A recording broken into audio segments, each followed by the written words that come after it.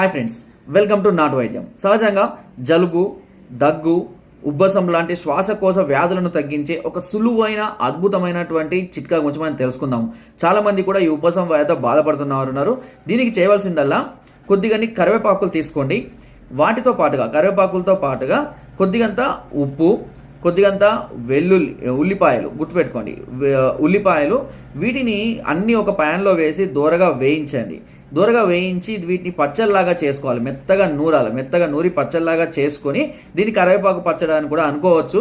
దీన్ని ప్రతిరోజు ఉదయం పూట కానీ రాత్రి పూట కానీ మన అన్నం తినేటప్పుడు ఒక 2-3 ముద్దలు కనుక దీంతో పాటు తీసుకుంటూ ఉన్నట్లయితే ఈ దగ్గు, ఉబ్బసము, అజీర్ణము, శ్వాసకోశకు సంబంధించినటువంటి అన్ని రకాల వ్యాధులు క్రమక్రమంగా తగ్గిపోవడం అనేది జరుగుతుంటుంది. అంతేకాకుండా దీన్ని ఇలా తీసుకోవడం వల్ల హెయిర్ ఫాలింగ్, హెయిర్ గ్రోత్ కూడా పెరుగుతుంది. నా వీడియో కనుక మీకు నచ్చినట్లయితే లైక్ చేయండి, షేర్ చేయండి అండ్ సబ్స్క్రైబ్ చేయడం మాత్రం అస్సలు మర్చిపోవద్దు. Thank you.